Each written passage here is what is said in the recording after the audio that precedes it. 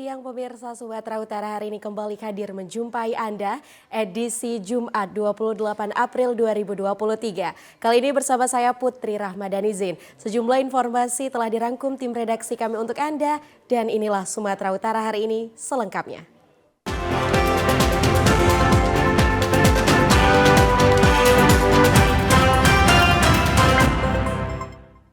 Pemirsa, informasi pertama, tim Direktorat Reserse Kriminal Khusus Polda Sumatera Utara melakukan penggeledahan diduga gudang solar ilegal di Helvetia Timur.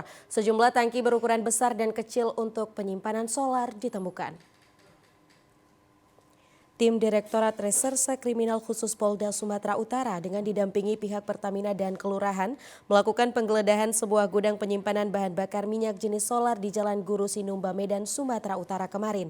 Dalam penggeledahan tersebut, polisi menemukan mobil box yang telah dimodifikasi untuk muatan solar. Dalam box mobil tersebut terdapat tangki minyak berukuran besar telah dimodifikasi untuk muatan solar. Aroma bahan bakar minyak jenis solar tercium sangat tajam di lokasi. Aroma tersebut berasal dari tumpahan solar yang tercecer di halaman gudang. Selain menemukan sejumlah tangki berukuran besar dan kecil, polisi juga menemukan 3 sepeda motor. Kepala Bagian Hubungan Masyarakat PT Pertamina Patra Niaga Regional Sumbagut Agus Setiawan mengatakan yang juga ikut menyaksikan penggeledahan tersebut, pihaknya masih menunggu hasil penyelidikan oleh Polda Sumatera Utara. Kita masih menunggu dari tim Polda Sumatera Utara ya. Nanti kita akan bekerja sama dengan tim Polda Utara untuk pendalamannya ya. Yang pasti kita akan menyampaikan ini juga ya. Ya saya sih berharapnya awareness juga dari masyarakat sekitar ya. Ini kan udah kita lihat ya, ini di tengah pemukiman ya. Mungkin bisa kalau ada yang mencurigakan bisa dilaporkan lah kepada aparat yang berwenang ya supaya. Hingga kini pihak kepolisian masih belum bisa memberi keterangan resmi. Tim Direktorat Reserse Kriminal Khusus Polda Sumut masih melakukan pemeriksaan dan penyelidikan terkait keberadaan gudang solar yang terlokasi tidak jauh dari kediaman AKBP Akhiruddin Hasibuan. Keluarga korban penganiayaan yang dilakukan anak oknum polisi AKBP Akhiruddin Hasibuan menyebut masih ada dugaan pelaku yang belum dipanggil polisi. Salah satunya adalah teman tersangka yang menodongkan senjata ke arah korban. Ibu korban Elvi Indri di hadapan awak media mengatakan saat anaknya dianiaya oleh tersangka AH, banyak yang terlibat di lokasi. Salah satunya rekan tersangka bernama Raja. Raja diketahui adalah orang yang menodongkan senjata api laras panjang ke arah korban KA. Bahkan setelah selesai berkelahi pun Raja masih saja menodongkan senjata atas perintah AKBP Akhiruddin Hasibuan. Bahkan setelah korban sudah babak belur dihajar tersangka di hadapan AKBP Akhiruddin Hasibuan, korban tidak diperkenankan untuk pulang. Korban bersama tersangka diperintahkan AKBP Akhiruddin Hasibuan untuk berdamai di tempat. Ini kawannya Aditya, ini Aditya, kawannya Aditya, ini Aditya Pak. Ya, nah ini kawannya Aditya, Raja Siregar ini. Artinya ada sejumlah pelaku lain yang menurut Ibu belum di... Betul Pak, artinya pada saat anak saya disiksa begitu kan ada Raja, termasuk ini salah satu abangnya Aditya yang dia bilang aku hajar kau nanti. Ini juga jelas di videonya ada. Ini juga di BAP nggak dimasukin. Jadi kalau boleh dibantu ya siapapun yang ada di situ Pak yang menyaksikan penyiksaan anak saya, semoga bisa dipanggil lah, diadili Pak. Ibu kandung korban Elvi Indri berharap agar pihak kepolisian tidak berhenti di satu tersangka saja dan segera memanggil orang-orang yang berada di dalam video penganiayaan tersebut. Pemirsa, keluarga AKBP Akhiruddin Hasibuan memberi keterangan tentang kasus yang menjerat keluarganya dan berujung sanksi pencopotan AKBP Akhiruddin atas jabatannya di Direktorat Narkoba Polda Sumut disertai penahanan di ruang isolasi khusus BID Propam Polda Sumut. Beredarnya rekaman video perdamaian pasca aksi perkelahian yang terjadi antara Aditya Hasibuan yang merupakan anak dari AKBP Akhiruddin Hasibuan dengan Ken Admiral di media sosial seakan membuka babak baru kasus ini. Selain rekaman video perdamaian yang terlihat dipimpin oleh AKBP Akhiruddin Hasibuan juga beredar isi pesan pribadi media sosial antara Aditya Hasibuan dan Ken Admiral. Dalam pesan pribadi keduanya di media sosial Instagram tersebut terlihat Ken Admiral yang terlebih dahulu meminta Aditya Hasibuan untuk bertemu dengannya. Serta dalam rekaman video perdamaian pasca terjadinya perkelahian, terlihat Aditya dan Ken berpelukan sebagai tanda damai sebelum akhirnya berselang 2 hari kemudian Ken Admiral justru membuat laporan polisi dugaan penganiayaan di Polrestabes Medan. Kakak pelaku yang juga merupakan anak sulung dari AKBP Akhiruddin Hasibuan mengatakan sikap ayahnya memberi ruang berkelahi 1 lawan 1 sebab ayahnya mengenali Ken sebagai teman akrab anaknya. Akhiruddin berharap dengan berkelahi 1 lawan 1 permasalahan keduanya diselesaikan bersama tanpa menyisakan buntut persoalan yang dikhawatirkan memicu tawuran di luar rumah. Menghindari adanya kejadian-kejadian yang tidak diinginkan ke depannya, seperti misalnya tawuran atau misalnya si Adit sama si Ken memang mau berantem terus bisa-bisa yang ada malah ke depannya Adit bawa teman, Ken bawa teman, terus saja banyak korban lain yang orang tua saya nggak mau itu. Jadi Adit ngerasa nggak pas sama Ken ngerasa nggak pas sama Adit, mereka aja yang menyelesaikan secara jantan lah kata dia gitu. Terus ayah saya nggak ingin ada kejadian ke depannya lagi, stop cukup sampai di sini gitu.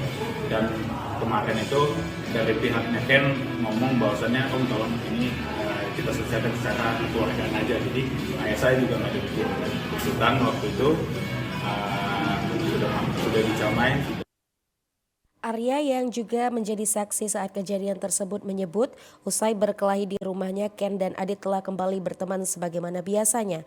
Ini dibuktikan dengan pesan pribadi media sosial Ken pada Adit menanyakan kondisi usai perkelahian. Sebagaimana Ken, Adit juga mengalami beberapa luka di tubuhnya usai perkelahian tersebut.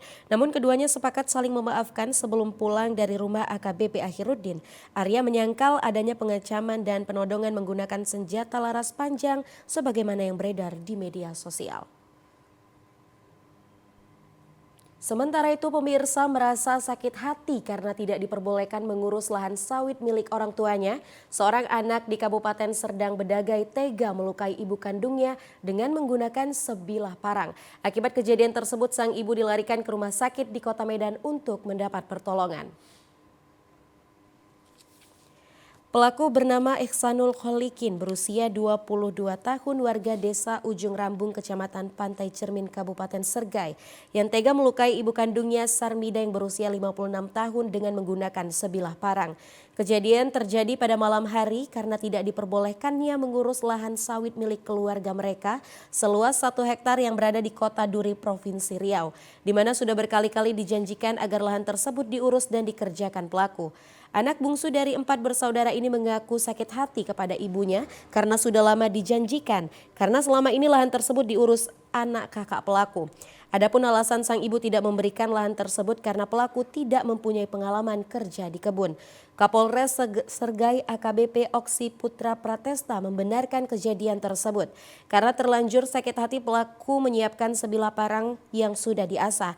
Begitu ada kesempatan pelaku langsung melukai ibu kandung ternyata tersebut. Itu kronologi singkatnya adalah dikarenakan ada salah satu warisan yang dari orang tuanya, ya, itu dilimpahkan kepada kakaknya, kakak dari pelaku ini. Itu sehingga tidak terimanya pelaku ini, nah, kemudian terjadilah pembacokan kepada ibu kandungnya sendiri. Guna mempertanggungjawabkan perbuatannya, pelaku saat ini sudah ditahan di Mapolres Sergai. Petugas sudah memeriksa 4 saksi dan menetapkan ancaman pidana percobaan pembunuhan. Ya pemirsa, informasi lainnya akan kami hadirkan usai jeda pariwara berikut ini. Tetaplah bersama kami.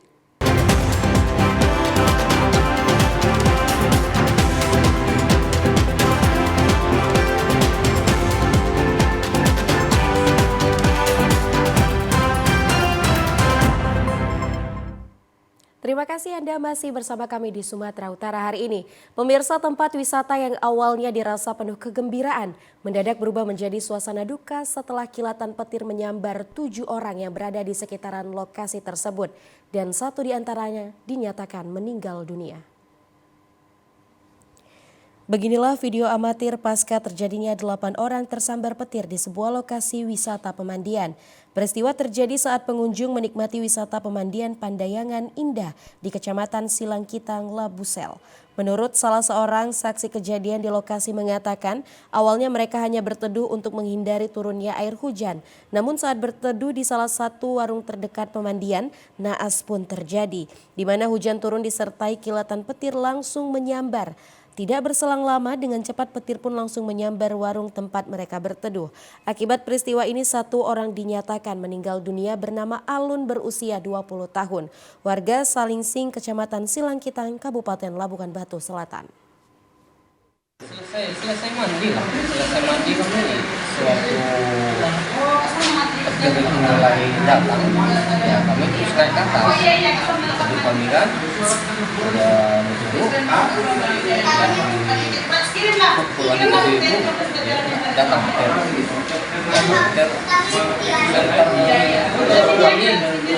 sama orang kena di warung itu 4 orang, tapi di warung lain semua orang.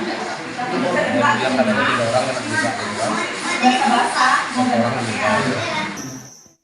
Sementara itu, 7 korban lain masih dirawat intensif di Puskesmas Aik Goti Labuhan Batu Selatan. Pandayangan Indah adalah salah satu destinasi wisata yang terletak di Kecamatan Silangkitang, tepatnya di Dusun Pandayangan, Desa Ulumahuam, Kecamatan Silangkitang, Kabupaten Labuhan Batu Selatan.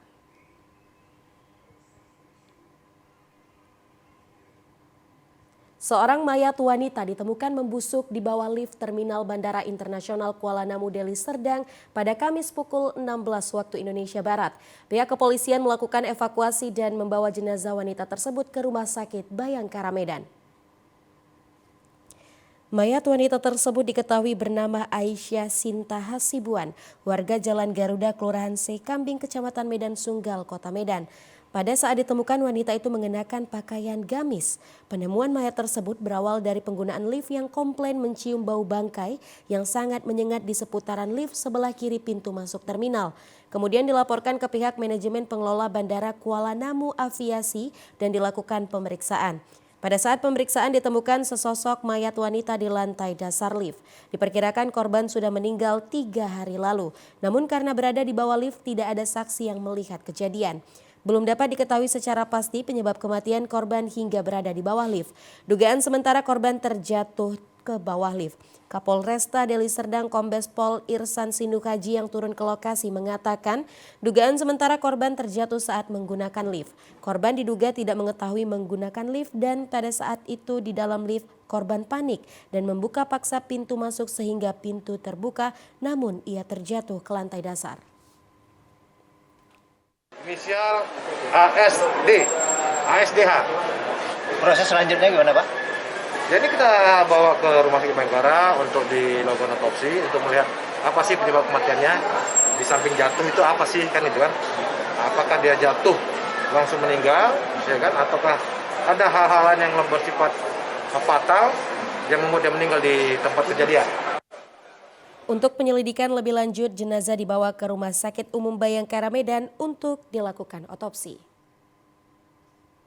Pemirsa, informasi lainnya datang dari Kapolda Sud tinjau kebocoran pipa saluran air di Kabupaten Karo yang menyebabkan ribuan warga Kabanjahe, Kabupaten Karo tidak mendapatkan pasokan air bersih. Petugas kepolisian masih melakukan penyelidikan penyebab bocornya pipa saluran air tersebut. Kapolda Sud Irjen Pol RZ Pancaputra Simanjuntak bersama Bupati Karo Kori Sriwati Sebayang meninjau langsung lokasi kebocoran pipa saluran air PDAM Tirta Malem di areal perladangan warga di Desa Simacem, Kecamatan Tiga Panah, Kabupaten Karo. Kebocoran pipa saluran air utama yang mendistribusikan air bersih kepada warga di kota Kabanjahe ini sudah seminggu terjadi, yang tentunya mengakibatkan ribuan warga tak mendapatkan pasokan air bersih. Hal ini menjadi atensi untuk kebutuhan masyarakat. Kapolres Tanah Karo AKBP Roni Nikolas Sidabutar menjelaskan peninjauan ini berdasarkan laporan dari warga kota Kabanjahe yang sudah seminggu terakhir sejak Lebaran tidak mendapatkan pasokan air bersih. Kemudian dilakukan pengecekan dan ditemukan kebocoran pada pipa saluran air. Dirinya juga telah berkoordinasi dengan pihak PDAM Tirta Malem untuk segera memperbaiki kebocoran pipa saluran air ini dan juga masih melakukan penyelidikan penyebab dari bocornya pipa saluran air tersebut. Sehingga Ya, hari ini kami sampai di daerah Siosar, Desa Simacem, melihat bahwa memang benar ada pipa air dari PDAM Tirta Malem yang mengalami kebocoran.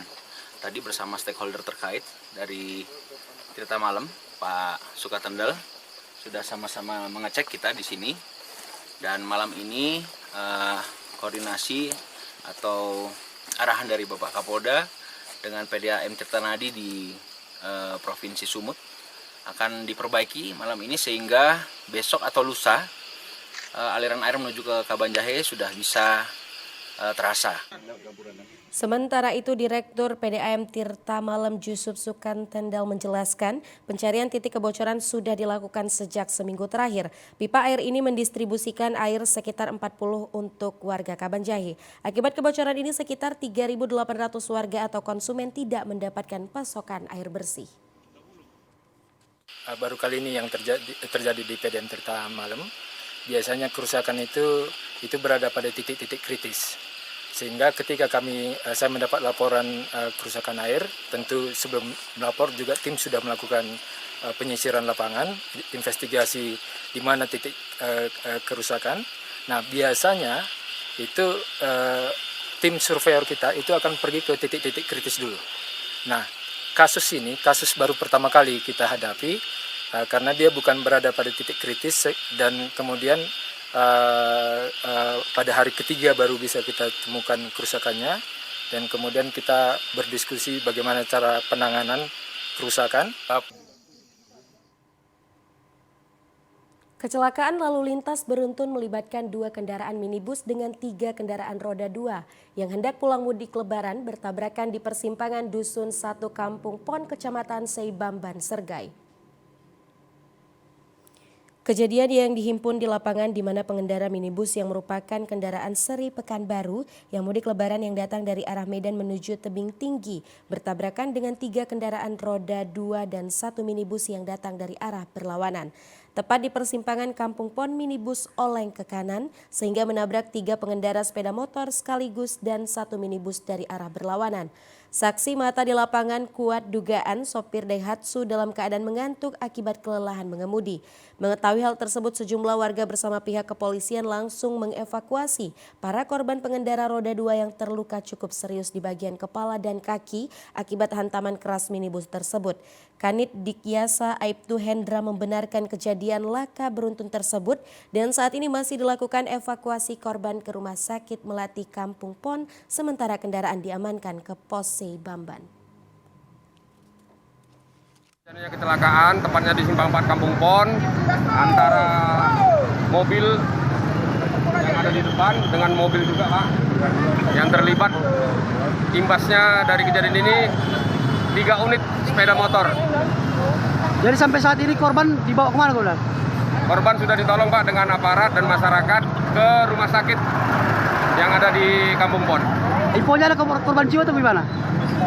Kita belum tahu Pak, mungkin keadaan kritis tadi, informasi dari rumah sakit. Situasi arus lalu lintas di Jalan Artileri Tebing Tinggi, tepatnya di Simpang Seisibulan pada arus balik mudik lebaran di hari ke-6 terlihat ramai dan lancar. Petugas kepolisian bersama Brimob bersiaga di persimpangan jalur pemudik dari Pematang Siantar menuju Medan dan juga sebaliknya.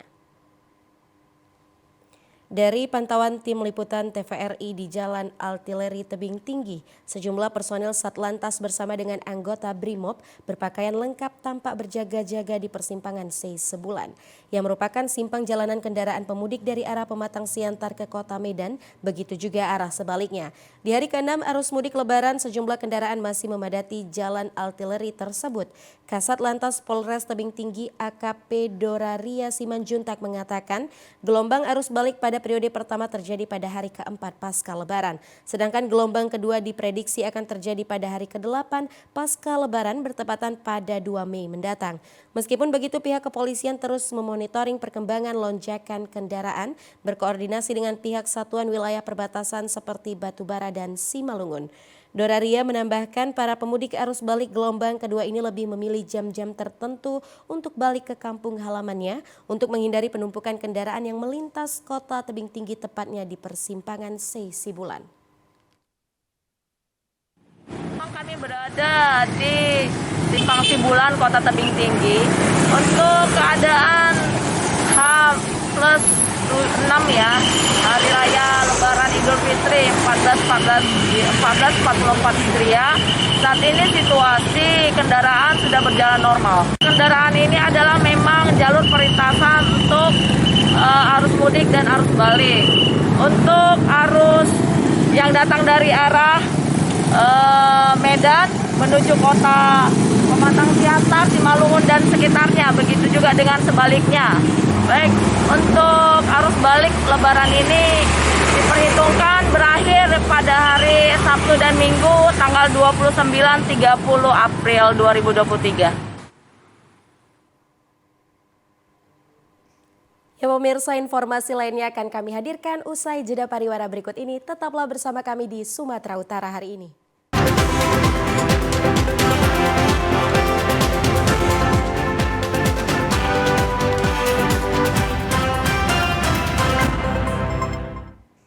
Pemirsa, warga desa Gading Bain, Kecamatan Kota Nopan, Mandailing, Natal takut bekerja setelah berpapasan dengan harimau Sumatera di kebun. Selain menemukan sejumlah jejak harimau, hewan peliharaan petani ini juga dimangsa binatang buas tersebut.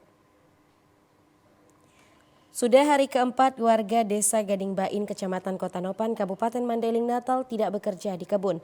Pasalnya seorang petani memberitahu kepada warga lainnya saat ia bekerja di kebun yang tidak jauh dari permukiman warga didatangi harimau Sumatera. Awalnya ia tidak mengira kalau gonggongan hewan peliharaannya tersebut hanya sekedar biasanya. Tidak lama kemudian harimau Sumatera tersebut menghampiri ke tempat peristirahatannya. Setelah melihat kepala harimau tersebut, ia pun bergegas keluar dari kebunnya dan melaporkan peristiwa ini kepada petani lain. Keesokan harinya petani ini kembali ke kebun untuk memastikan harimau Sumatera tersebut sudah pergi dari kebunnya. Namun saat di jalan ia menemukan hewan peliharaannya dan satu ekor babi sudah dimangsa hewan buas tersebut. Selain itu beberapa jejak harimau Sumatera ditemukan di sekitar kebunnya. Akibat peristiwa ini warga di desa Gading Bain dan sejumlah petani di sekitar Kecamatan Kota Nopan tersebut takut beraktivitas ke kebun dan juga ke sawah. Saya kan di pondok, pas anjing itu ngejar, pikir-pikir babi hutan, tapi pas nyampe situ harimaunya itu ngejar anjing saya, pas depan saya udah pulang aja, mau pulang ke pondok takut. Hari itu nggak ada, besoknya baru pas mau periksa ke sini ada hilang satu. Udah berapa hari ini Pak harimau itu diperkirakan di sini? Ada sekitar 3-4 hari lah dari jejaknya ini yang diperiksa. Jadi Bapak jumpa langsung sama harimaunya gitu Pak? Jumpa, ketemu kepalanya aja. Pasca seorang petani berpapasan dengan harimau Sumatera dan menemukan beberapa jejak hewan buas tersebut, warga pun melaporkan peristiwa ini kepada pihak Balai Taman Nasional Batanggadis. Warga Medan dihebohkan keberadaan limbah sampah terlihat di Sungai Bedera, Kelurahan Terjun Medan, Marelan, Kota Medan. Tumpukan sampah menggenangi sungai mengeluarkan bau tidak sedap. Terlihat tumpukan sampah dari berbagai jenis bahan yang tergenang di sungai itu mengakibatkan arus sungai tercemar menjadi perhatian warga. Belum diketahui asal sampah namun diduga dari pembuangan agen barang bekas yang berdiri di sekitaran sungai. Tumpukan sampah hampir menutupi semua aliran Sungai Bedera. Nelayan pencari ikan sangat terganggu saat melintas sungai. Seorang warga Ajiza mengatakan limbah sampah terjadi memenuhi sungai, mereka terkejut tiba-tiba tumpukan sampah mengalir di sungai itu. Deras, Iya. ya kan? Memang busa-busa tuh banyak yang lewat. Iya. Nah, itulah nampak nenek di sini. Ih, dari mana? Oh, kayak hujan di sana dulu. Iya. Itu kami hujan dulu, itulah turunlah sampahnya. Oh, iya. Apa busa, apalah. Sampah lah semua. Kadang ada yang udah bungkus-bungkus gitu. Ulah nenek nggak tahu. Iya. Nah, kita nggak nampak ya kan? Iya. Kecuali kok kita, dia emang dibakar kami nggak pernah buang sini. Dalam peristiwa ini warga meminta Pemko Medan dan pihak kecamatan untuk menginvestigasi asal sampah tersebut agar pelakunya dapat bertanggung jawab atas perbuatannya karena kehidupan biota sungai dan laut akan banyak yang mati. Sampah pedagang dan rumah tangga di lingkungan penduduk di Kecamatan Kota Nopan, Mandailing, Natal sudah 2 minggu menumpuk dan mengeluarkan bau busuk. Sampah organik dan non-organik yang menumpuk di depan rumah warga di Kelurahan Pasar Kotanopan, Kecamatan Kotanopan, Mandailing, Natal dikeluhkan masyarakat. Tumpukan sampah yang berserakan hingga ke dalam parit dan jalan lingkar ini sudah 2 minggu tidak diangkut petugas kebersihan. Tumpukan sampah tersebut sudah mengeluarkan bau tidak sedap dan menjadi sarang persinggahan ribuan lalat. Masyarakat yang berada di sekitaran pembuangan sampah setiap harinya mencium bau busuk dari tumpukan sampah. Bahkan warga yang melintas dari jalan lingkar ini harus menutup hidung karena tidak tahan mencium bau busuk.